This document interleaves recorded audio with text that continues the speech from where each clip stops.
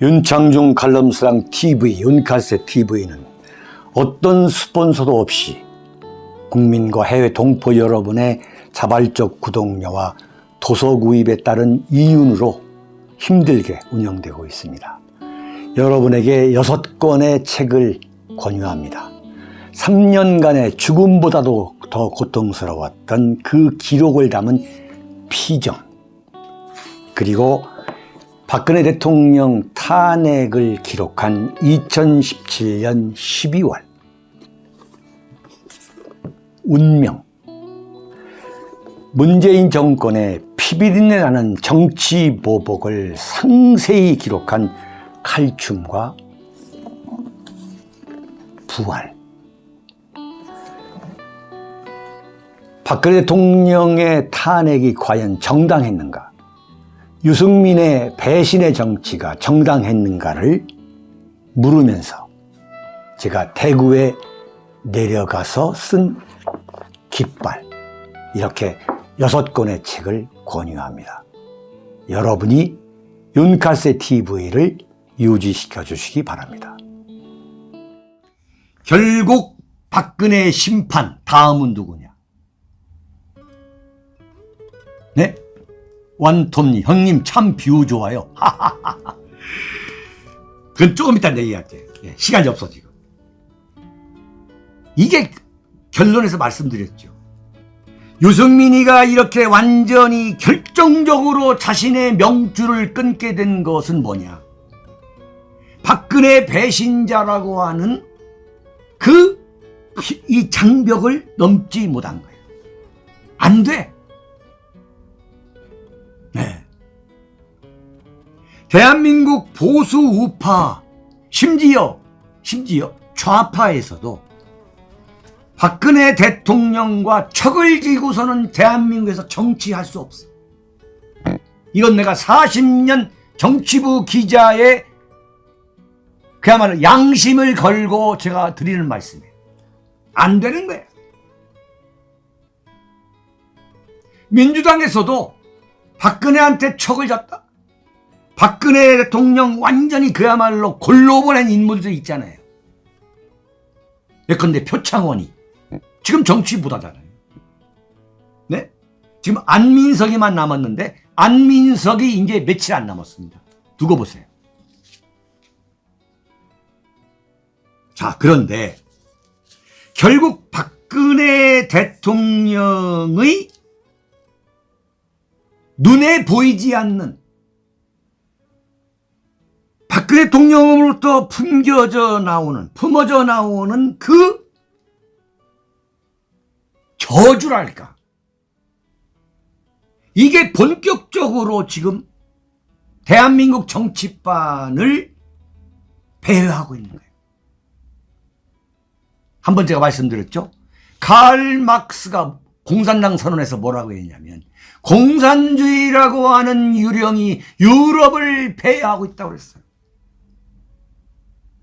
지금 대한민국 정치판은 박근혜라고 하는 유령이, 정치적 유령이 배회하고 있다라고 나는 여러분께 말씀드리지 않을 수 없다 이거야.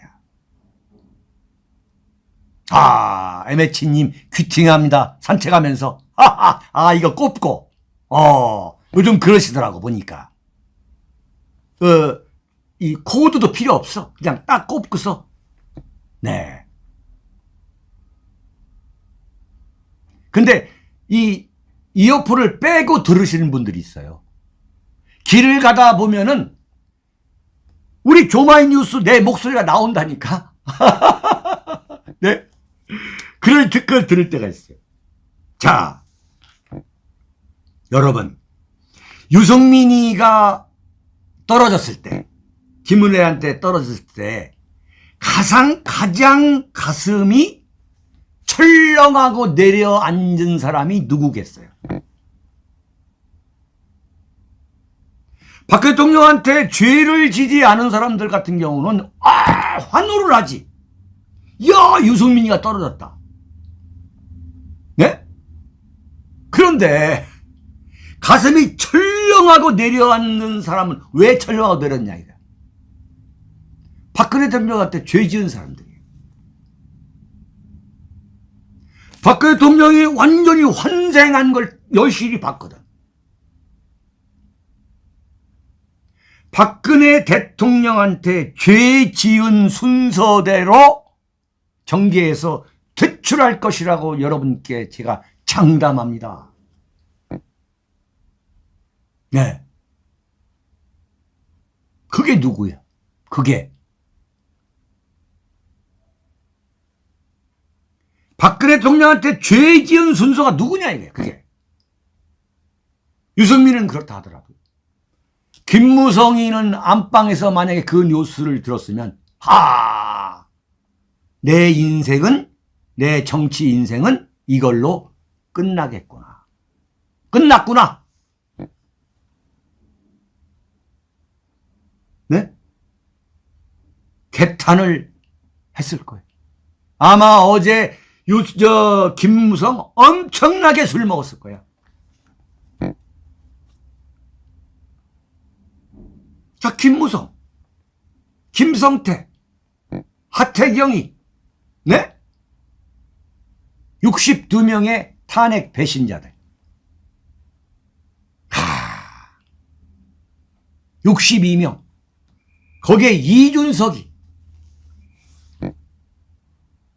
거기에 62명 플러스 1명을 더해야죠. 그게 누구냐? 홍준표인 거예요.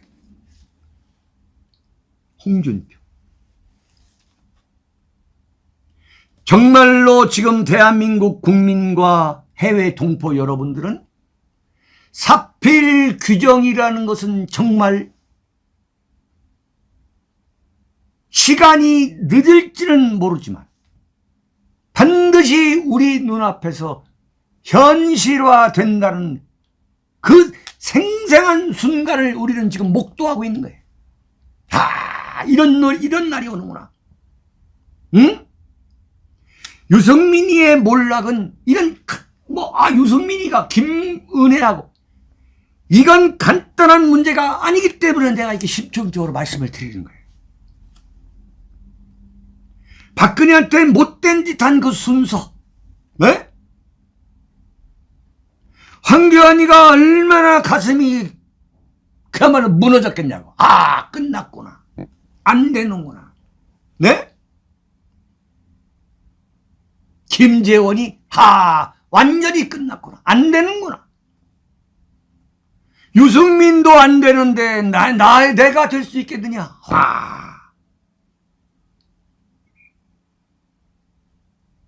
생각하면 할수록 지금 통쾌한 시간이 오는 거야.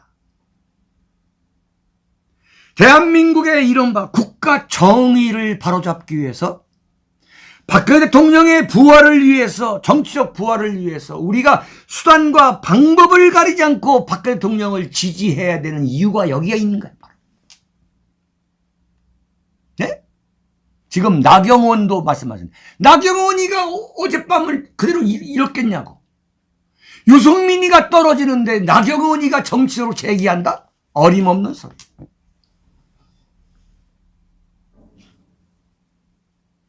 어림없는 소리야. 끝난 거야. 62명 플러스 홍준표 끝난 거야.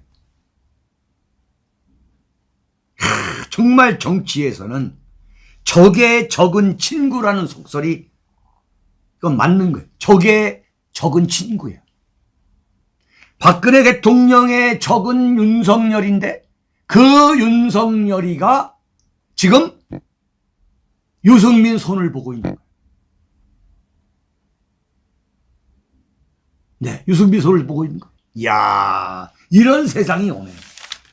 응? 여기에서 중요한 게 있는 거예요. 해답이 탁 나오는 거예요. 그게 뭐냐. 윤석열 당선인이 네, 3월 24일 날 박근혜 대통령을 만나러 대구 달성에 내려갔어요. 자, 당선된 게 3월 10일인데 2주일 만에 내려간 거예요.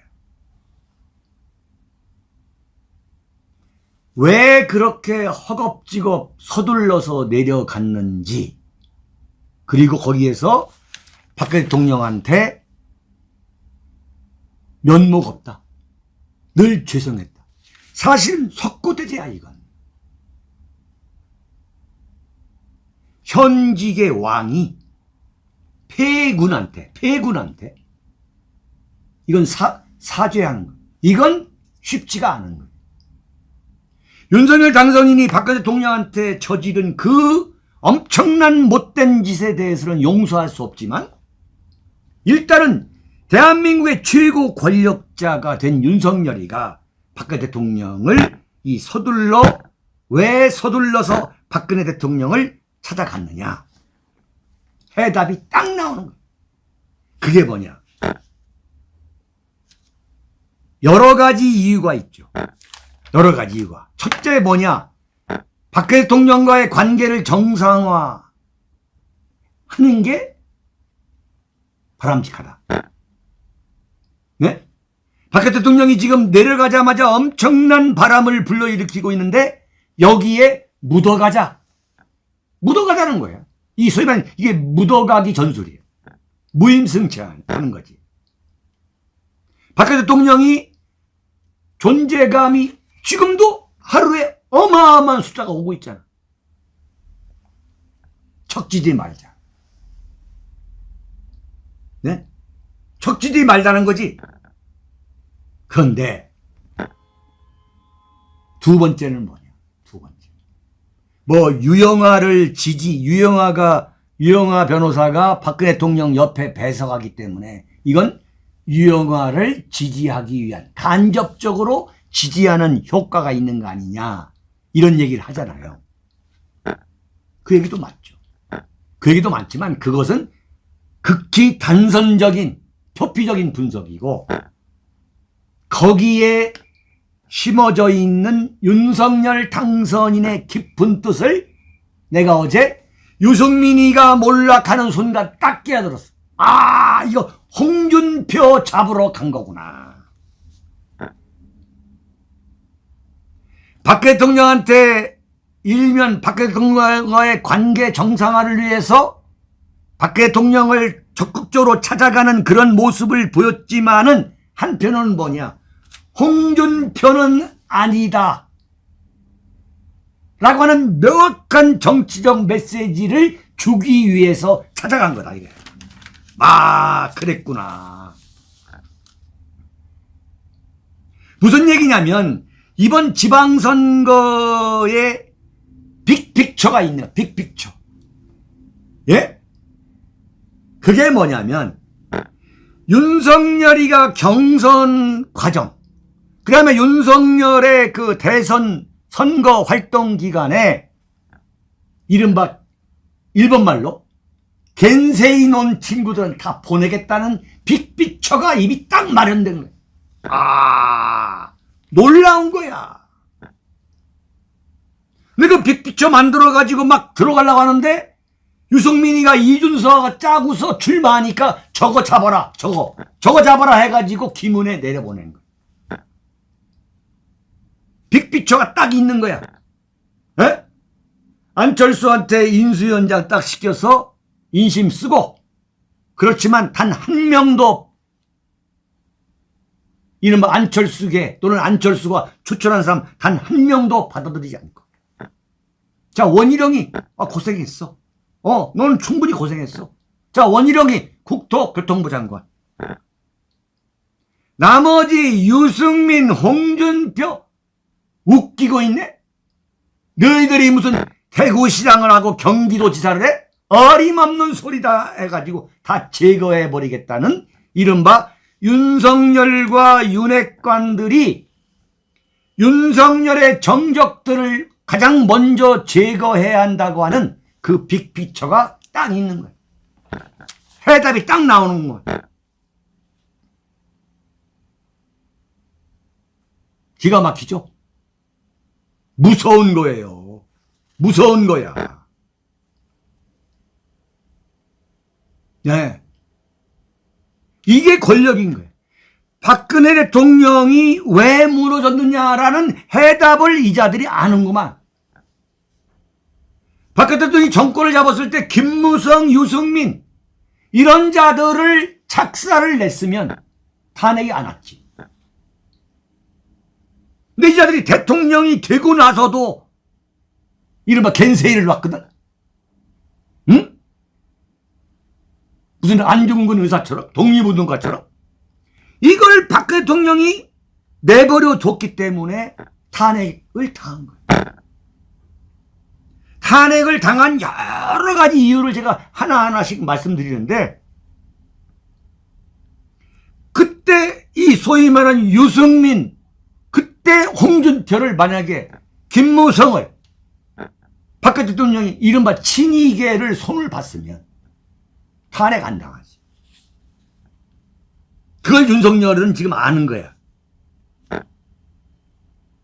자, 따라서 홍준표가 이번에 대구시장에 당선이 되든 안 되든 간에 윤석열 시대의 홍준표는 이제 끝난 거예요. 명확한 거예요. 네. 제가 어제 그 유승민 참사를 보면서, 야, 검사는 검사구나. 이른바 약육강식. 네? 약자의 고기는 강자의 식사거리다. 약육강식. 승자 독식. Winner takes it all. 위너는, 승자는 모든 걸 다 가져가. 승자는 모든 걸 다 가져갈 정당성이 있다고 보는 게 윤석열이야. 네? 어느 때보다도 이 소위 말하는 이 대통령의 이른바 친정체제가 어느 때보다도 강력할 거라고 저는 장담해요. 그게 바로 검사 정치지. 네. 여의도는 권성동이야. 네. 권성동 장제원 체제. 투톱 체제. 행정부는 누구냐? 한동훈이야. 네. 그래서 여의도하고 행정부가 이번 윤석열 정권에서는 굉장히 강할 거라고. 청와대는 그냥 뭐 무슨 흥신소 같은 거예요. 그러기 위해서 경제관료 출신인 김대기를 아주 무색무취하거든. 앉혀놓고 총리도 한덕수 같은 그런 전형적인 처세주의자들, 기회주의자를 앉힌 거지. 한마디로 말하면 탄핵 연합 세력의 시대를 만들겠다는 거지. 탄핵 연합 세력. 근데 여기에 유승민과 홍준표는 미안하지만 안 돼. 왜? 대들었어. 봐줄 수가 없어. 네? 문재인 정권이 출범하면서 안희정과 이재명이는 그건 자동적으로 날아가는 케이스야. 네. 이건 안희정이가 뭐 그 이른바 안희정 스캔들에는 다분히 정치적인 이른바 폴리티컬 플롯이 나는 개입됐다고 보는 거예요. 네. 지금 윤석열은 완벽하게 이른바 친윤이 아니면 안 돼. 자, 경기지사 김은혜죠? 경남지사의 박완수. 네.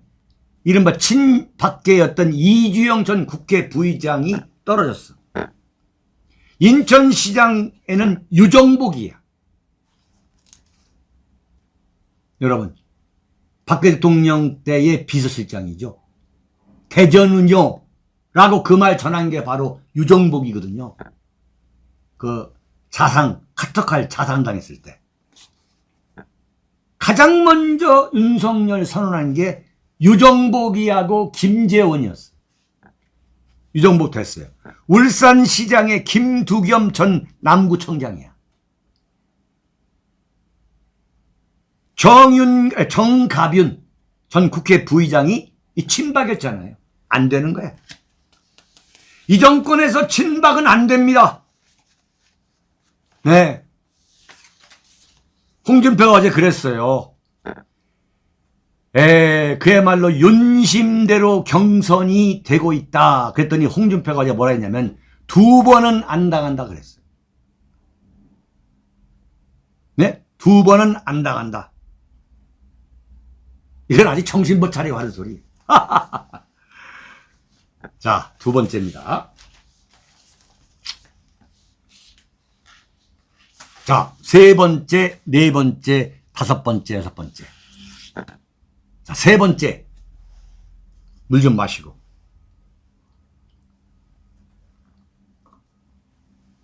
굿바이 문재인입니다. 자, 여러분. 윤카세 TV가 주장하는 것 중에 하나가 뭐냐면 정치는 구조적이고 입체적이고 종합적으로 봐야 한다. 문재인 대통령이 지금 이제 오늘이 4월 23일이니까 일주일하고 17일, 16일 남았네. 그죠? 그런데 이 정치부 기자는 이 정치인의 말을 주목하는데, 왜냐하면 그 정치인의 말에는 항상 어떤 숨겨진 메시지가 있기 때문에 그렇습니다. 문재인 씨가 얼마 전에 잊혀진 삶을 살겠다 그러더라고요. 근데 속으로 아니 지지율이 40% 중반, 지금 대한민국에서 지지율이 제일 많이 나오는 게 문재인이에요. 감정 빼고 우리 들어야 돼. 그런 사람이 퇴임하고서 그냥 완전히 묻혀가지고 무슨 양산에서 뭡니까 텃밭이나 가꾸고 뭐 등산이나 하고 어림없는 소리를 하고 있네 지금. 저거 완전히 저거 거짓말인데. 그렇게 생각을 했어요. 강정항에서 노를 바라보면서 막걸리 한 사발을 하겠다. 허허, 완전히 이건 무슨 시를 쓰고 있더라고요. 새빨간 거짓말이지. 그런데 20일입니다. 20일. 3일 전에 문재인 대통령이 전직 장관들을, 그러니까 문재인 정권에서 장관을 지낸 국무총리 예컨대 이낙연, 정세균 이를 포함해가지고 이 장관을 지낸 사람들 조국만 빼고 청와대를 불러와서 오찬을 냈는데 뜬금없이 이런 이야기를 하더라고요. 자, 보세요. 잊혀진 삶을 살겠다고 했는데 은둔 생활을 한 것은 아니다 그랬어요. 그럼 뭐야? 퇴임 후 계획을 하지 않는 것이 계획이다. 계획이 없는 것이 계획이라는 거 아니야? 그러더니 뜬금없이 잊혀진 삶을 살겠다고 했는데 은둔 생활을 하겠다는 것은 아니다 그랬어요. 그러더니 어제 청와대에서 청와대 고위 관계자라는 사람이 어제 기자들을 만나서 뭐라고 얘기했느냐.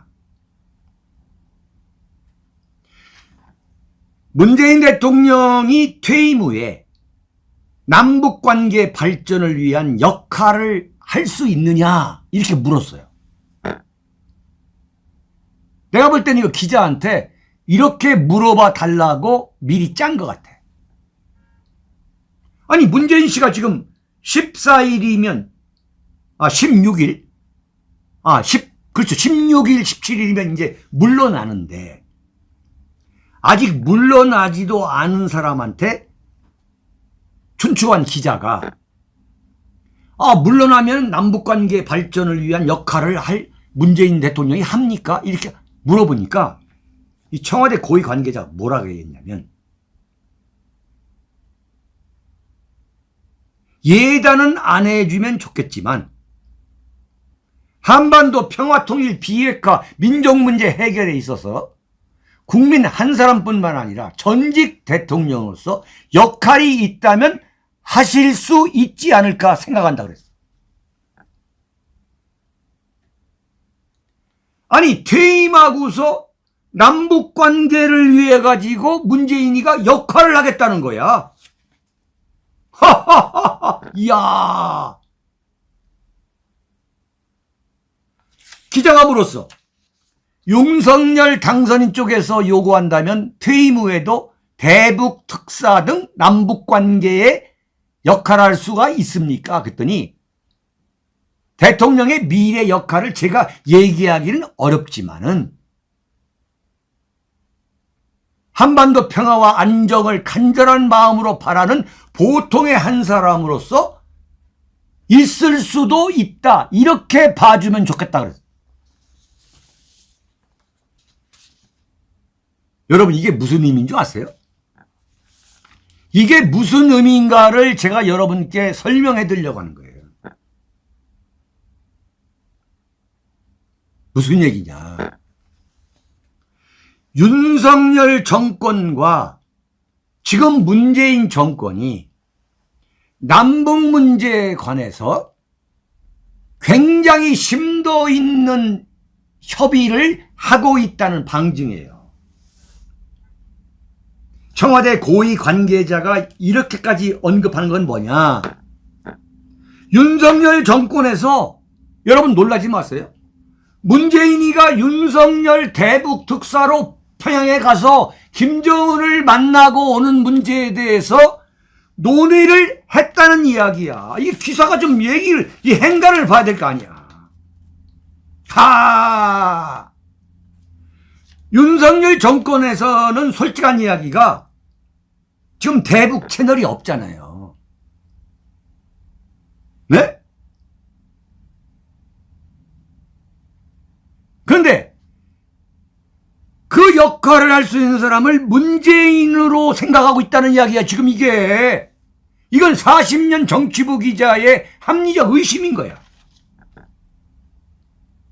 아니 문재인이가 퇴임하고서 남북관계 이게 무슨 소리 하고 있는 거야 지금? 대북 특사 등 남북관계 역할을 할 수 있느냐? 그랬더니 한반도 평화와 안정을 간절한 마음으로 바라는 보통의 한 사람으로서 이렇게 봐주면 좋겠다. 역할이 있다면 하겠다. 지금 윤석열 정권이 이런 정권이야. 수박 보스들 정신 차려, 이 양반들. 지금 문재인 정권의 도움으로 윤석열 정권이 김정은과 남북 정상회담을 하기 위해서 문재인을 경우에 따라서는 대북 특사로도 보낼 수 있을 그 가능성, 이걸 지금 의심해 볼 필요가 있는 그런 상황이라는 거야. 이게 합리적 의심이야.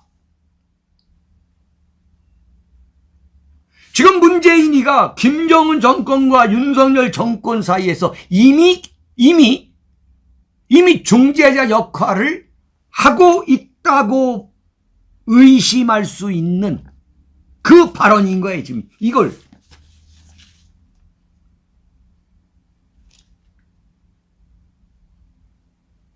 지금 이 얘기는 뭐냐. 윤석열 대통령이 취임을 했어요. 지지율은 많이 바닥이에요. 제가 말씀을 드리겠습니다만 그 지지율 반전을 위해서 김정은과 남북 정상회담을 가급적 빨리 하려고 하는구나. 이걸 얼마든지 상상할 수 있다. 그렇구나. 이제 줄줄이 풀려요, 이제. 이렇게 상상을 해야 돼요, 이렇게.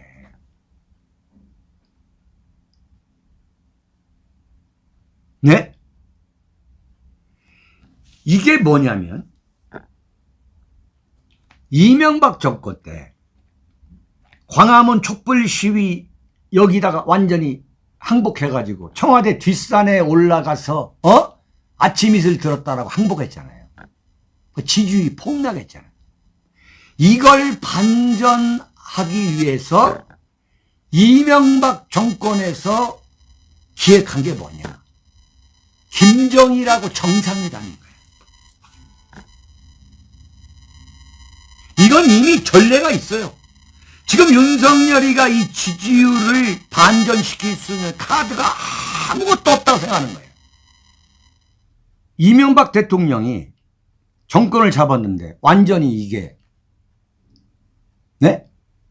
초반에 죽을 쓰니까 정상회담을 하려고, 자 보세요. 2008년 2월에 이명박 정권이 출범을 했는데 2009년 10월에 임태희 당시 노동부 장관을 싱가포르에 보내가지고 김양건희하고, 북한의 김양건희를 만나서 비밀회동을 합니다.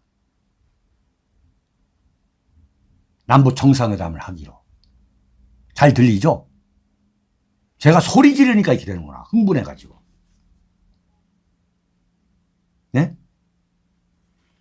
그래가지고 정상회담을 하기로 이명박 정부와 김정일 정권 간에 합의를 해요.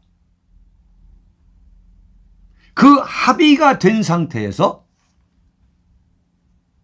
김정일이가 천안함을 폭침시켜버린 거예요.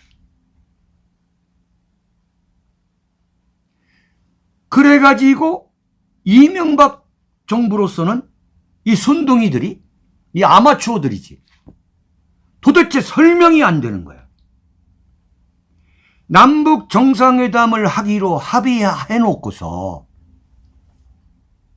남북 정상회담을 하기로 천안함을 폭침시킨 거야. 그래서 이명박 대통령이 뭐라고 얘기했냐면, 이건 폭침이 아니다. 내가 현대중공업 회장을 했던 사람이다.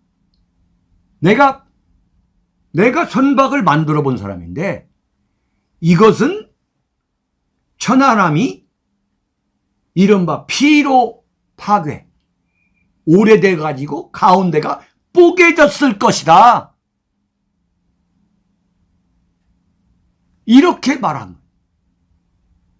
그래서 거기에서 모든 이른바 낭설과 억측이 출발하게 된 거예요. 거기서.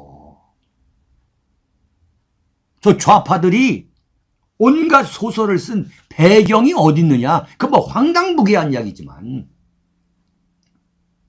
정말 말도 안 되는 거지만, 남북 정상회담을 합의해 놓은 상태에서 김정일이가 천안함을 폭침시키고, 이거 봐라, 이거 봐라, 이렇게 한 거예요.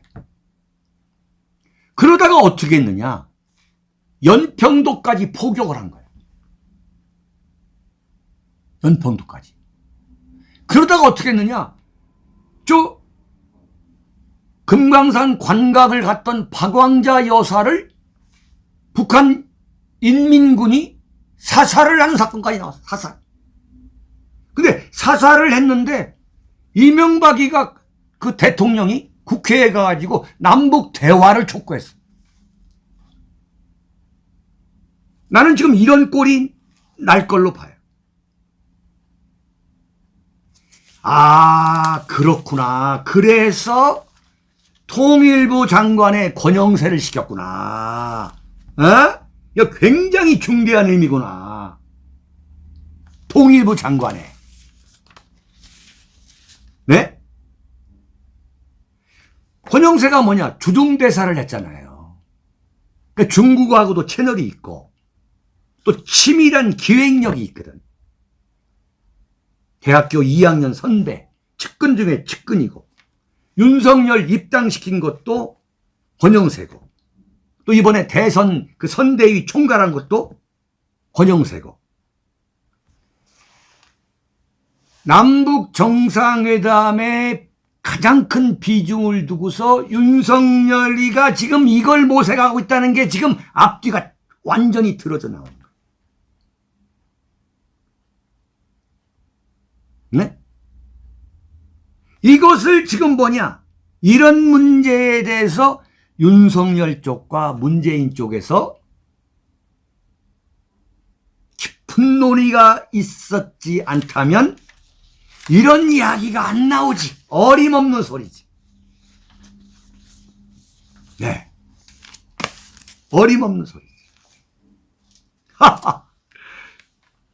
자, 여러분, 네 번째입니다. 검수완박 팔아먹은 권성동. 자, 이것도 설명을 여러분들이 잘 들으셔야 돼요. 네. 자, 권성동이가 어제 박병석 국회의장이 제안한 것을 받아들였어요. 검수완박을. 갑자기. 근데 권성동이가 처음에 뭐라고 했냐면 검수완박은 문재인과 이재명을 보호하기 위한 술책이라고 했어요. 그런데 박병석 중재안이라는 게 뭐냐면 굉장히 중요한 얘기입니다. 박병석 중재안이라는 게 막말로 민주당한테 해로운 중재안을 내놓을 리가 없잖아요. 근본적으로. 민주당뿐만 아니라 문재인과 이재명을 보호하기 위한 게 검수완박인데, 검찰 수사권 완전 박탈. 검찰한테 수사권을 빼앗아 가지고 문재인과 이재명을 감옥에 보내지 않으려고 하는 것이 바로 검수완박인데, 박병석이 중재안이라는 게 문재인과 이재명을 감옥에 보내려고 만든 게 중재안이겠냐 이거 상식적으로. 일단 상식적으로. 자, 그런데 박병석이가 내놓은 중재안이라는 게 지금 검찰이 직접 수사를 할 수 있는 범죄가 6가지예요. 검찰도 엄청나게 다 쳐낸 거야.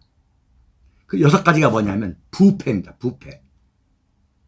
부패 사건. 그 다음에 경제.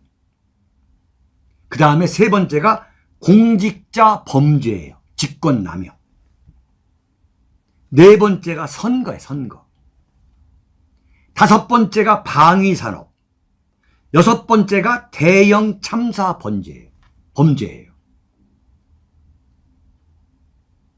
근데 박병석이가 내놓은 중재안이란 게 뭐냐? 검찰이 부패와 경제만 수사하도록 하고 3번, 4번. 그러니까 문재인과 이재명을 검찰이 잡으려면 3번 공직자 범죄, 직권남용. 이걸 수사할 수 있어야 돼. 그게 소면 울산시장 선거, 탈원전 이런 거. 에? 9.19 남북 군사 합의. 문재인 때려잡고 이재명 때려잡는 거. 배임 혐의로 때려잡는 거. 이게 그야말로 안 꼰 거야. 그 다음에 선거에 관한 수사를 하지 못하게 한 거예요. 그러면 울산 선거니 이거 다 검찰이 수사하지 못한다는 건데, 경찰이 문재인, 이재명의 그 범죄를 수사할 수 있겠냐고. 어림없는 소리지. 그렇다면 뭐냐? 박병석 중재안을 권성동이가 받아들인 것은 문재인과 이재명을 감옥에 보내지 않도록 하기 위한 검수완박을 받아들인 거야. 자, 이걸 왜 받아들였느냐? 바로 세 번째. 문재인이가 윤석열의 남북 정상회담을 위해서 중간 역할을 할 수도 있다. 대북 특사로도 갈 수 있다라고 그 시사하는 것과 연결이 되지 않을 수가 없다는 거야. 이걸 읽을 줄 알아야 되는 거야, 이걸. 이런 이야기를 누가 하냐고. 정말 내 자랑이 아니야. 이게 연결이 되는 거야. 갑자기 권성동이가 미쳤어? 권성동이가 엄청나게 반발하다가 갑자기 꼬리를 내리는 거야? 자, 이게 뭐냐? 민주당하고 야합한 거야. 박병석이가 중재안을 낸 게 아니라 박병석이가 민주당과 권성동, 박홍근이하고 권성동이가 야합할 수 있도록 그 무대를 만들어준 거예요. 자, 근데 권성동이가 왜 검수완박을 받아들였느냐? 이건 뭐냐? 지금 인사청문회를 해야 하잖아요. 한덕수, 한동훈이, 정호영이, 이걸 검수완박과 이 소위 말하는 청문회, 인사청문회, 그 다음에 한덕수 국회 표결, 이것을 서로 빅딜했다고 봐야 하는 게 합리적 의심인가? 네? 이걸 서로 봐준 거야, 이걸. 서로 빅딜한 거지. 자, 검수완박을 이렇게 하자. 그러면 우리가 받아들이겠다. 대신에 인사청문회를 좀 봐줘라. 이건 내 눈에 딱 들어오는 거야. 그렇죠. 그리핀님, 엿바꿔 먹었네. 엿바꿔 먹은 거예요. 엿바꿔 먹은 거야. 여기 딱 써놨는데 엿바꿔 먹었다 써놨는데 그 딱 나오네. 엿바꿔 먹은 거예요. 네? 이건 한덕수,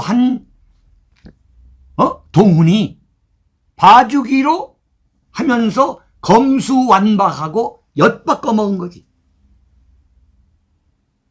그 다음에 선거사범 수사 있잖아요. 그걸 못하게 했잖아요.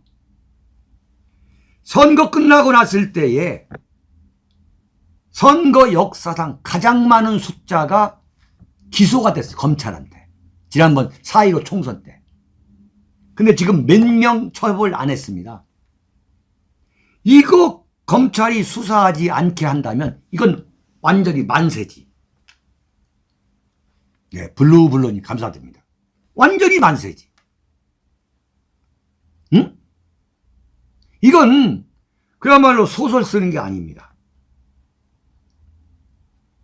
바꿔 말하면 국가 공권력의 상징인 검찰을 흥정의 대상으로 삼아서 희생양으로 만든 야합인 거지. 무서운 거지. 윤석열, 권성동도 검사예요. 근데 얼마나 무서운 사유체계를 갖고 있는지를 단적으로 보여주는 케이스라고 나는 기록하지 않을 수가 없는 거예요. 정말 권력을 위해서는 수단과 방법을 가리지 않는 거지. 아니, 차라리 검찰을 해체해버리는 거예요. 차라리 그럴 것 같으면 검찰을 해체하고 그냥 경찰로 집어넣어버려. 지금 이게 검찰을 해체하겠다는 거거든. 네? 참, 이거 지금 엄청난 일이 벌어지는 거예요. 지금 윤석열 정권으로서는 지금 이른바 내각 인사를 완전히 그야말로 이건 개판으로 한 거거든. 민주당이 봐주지 않으면 이건 방법이 없는 거야. 방법이. 그러니까 빅딜. 이름하여 엿바꿔 먹은 거지. 명쾌하죠. 검찰을 희생물로 바꾼 거야. 그럼에도 불구하고 지금 검찰이 반대를 하고 저항을 하는데 예상보다 국민적 공감대를 크게 얻지를 못하고 있어요. 네? 왜 그러느냐? 그 잘난 검찰이 문재인 정권 5년 내내 문재인 정권 비리 덮어주는 데에 1등 공신이 검찰 아니었어요? 네? 정작 자기들이 그러다가 검찰이 경찰 밑으로 들어가는, 이제 경찰의 똘마니가 된 거예요. 경찰의 하부 구조가 된 거예요. 하부 구조. 이제 변호사들이 경찰한테 가서, 명색이 고시 본 사람들이, 로스쿨 나온 사람들이 경찰한테 가서 이제 사정해야 돼. 그런 세상이 오니까 이제 와서 무슨 어쩌고 저쩌고, 이걸 국민들이 다 아는 거야. 네? 박근혜, 이명박 잡아놓은 게 누구야? 검찰 아니에요. 문재인 정권 1등 공신, 보수 괴멸의 행동대장이 검찰 아니야. 양심을 갖고 해. 양심을 갖고. 근데 여론조사를 해보니까 의외로 반대가 많지가 않아요. 한 40대 35쯤 돼요.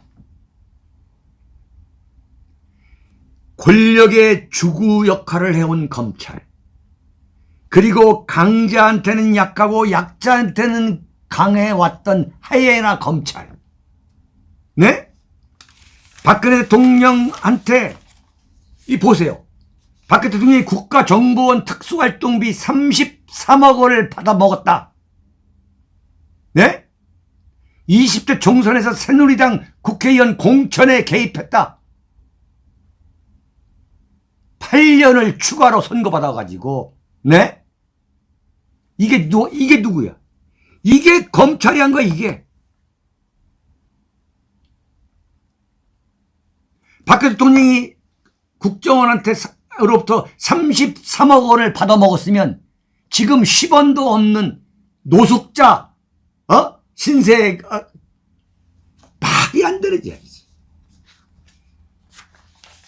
그런 나쁜 짓을 한 것을 검찰이 나쁜 짓 한 걸 잘 알고 있는 거예요. 예? 검찰 반성해야 돼요. 반성해야 됩니다. 네? 지금 윤석열과 권성동이가 이 검찰을 어떻게 하고 있어요? 너희들 뻔히 아는 거야. 너희들 무슨 저항 웃기고 있네. 절로 보는가 이런 빅딜을 하는 거예요. 그럼에도 불구하고 검찰을 향해서 제가 한마디 한다면, 검찰을 죽이는 것은 정말 대한민국의 법치를 죽이는 거예요. 그럼에도 불구하고, 네? 검찰이 목숨을 걸고 싸워야 됩니다. 목숨을 걸고 지켜야 됩니다. 지켜줄 사람 없어요.